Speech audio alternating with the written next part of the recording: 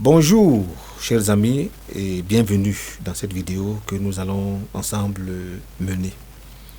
Nous avons abordé récemment les blessures émotionnelles et dans celle-ci nous allons parler de la blessure de rejet. La blessure de rejet. Comment elle se manifeste? Quelle est sa mécanique? Comment nous pouvons en sortir? Je m'appelle Pat Mabé, votre ami, votre coach, votre compagnon, auteur, conférencier et formateur. J'aide les gens comme vous et moi-même à se booster dans la confiance en soi, à se découvrir, d'identifier les points de force et de compétence pour impacter le monde.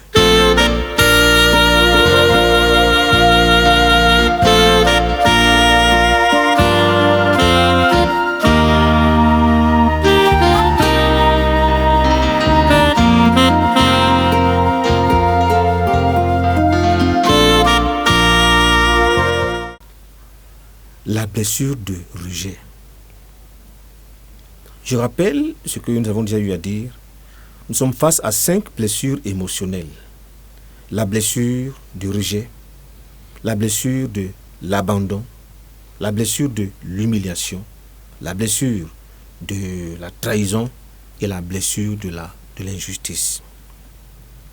Ces 5 blessures se confrontent aux 5 besoins essentiels selon Abraham Maslow, le psychologue, qui sont les besoins physiologiques, les besoins de sécurité, les besoins d'appartenance ou d'intégration, les besoins d'estime ou de reconnaissance et enfin les besoins d'accomplissement.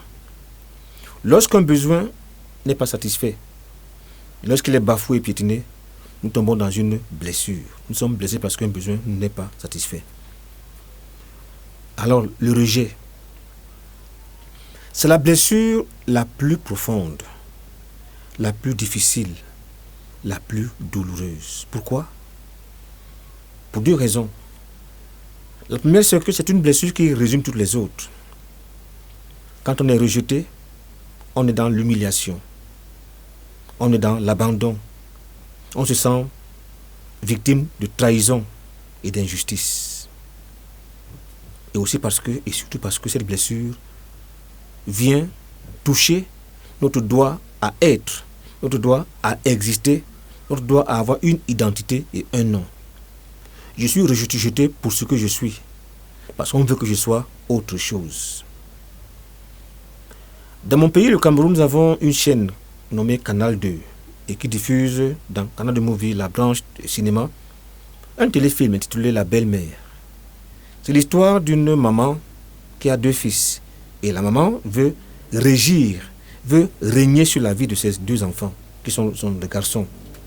L'un d'eux est marié à une femme que la belle-mère n'aime pas.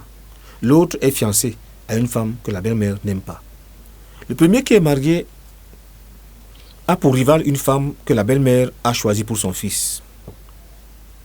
La belle-mère fait tout pour démontrer à l'épouse de son fils qu'elle n'est pas à sa place, qu'elle est une intruse, elle et tous les siens.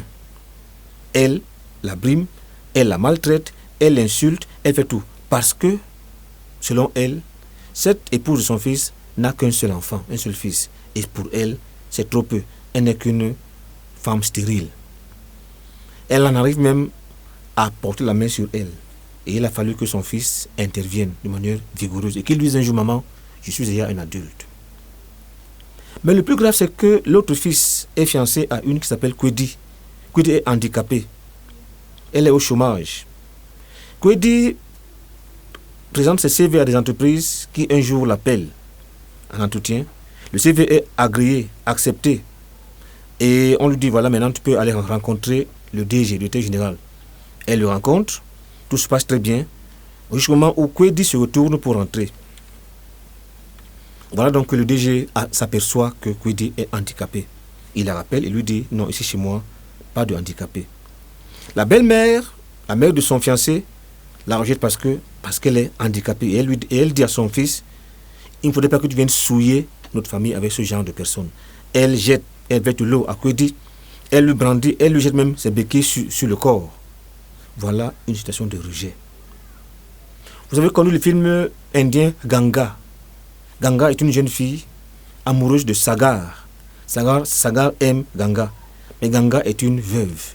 Et dans cette famille indienne, dans cette culture indienne-là, les veuves ne peuvent pas se remarier. Elle est rejetée parce qu'elle est veuve. Alors, cette blessure est tellement profonde qu'elle touche à notre identité, à notre moi le plus profond, à notre je suis. Et généralement, elle apparaît comment? Les situations. Un enfant est conçu alors que le père est au chômage. Il n'a pas d'argent. Donc l'enfant apparaît, est perçu comme un poids, comme une croix. Un enfant est conçu alors que la mère n'est pas préparée. Grossesse indésirée. L'enfant naît donc dans une famille où on l'attend peut-être pas. On attendait un garçon, il a une fille, ou vice-versa. Des enfants handicapés, des enfants albinos, et que sais-je encore. Donc, ce sont des personnes qui n'ont pas été désirées, acceptées pour ce qu'elles sont. On aurait voulu une autre personne.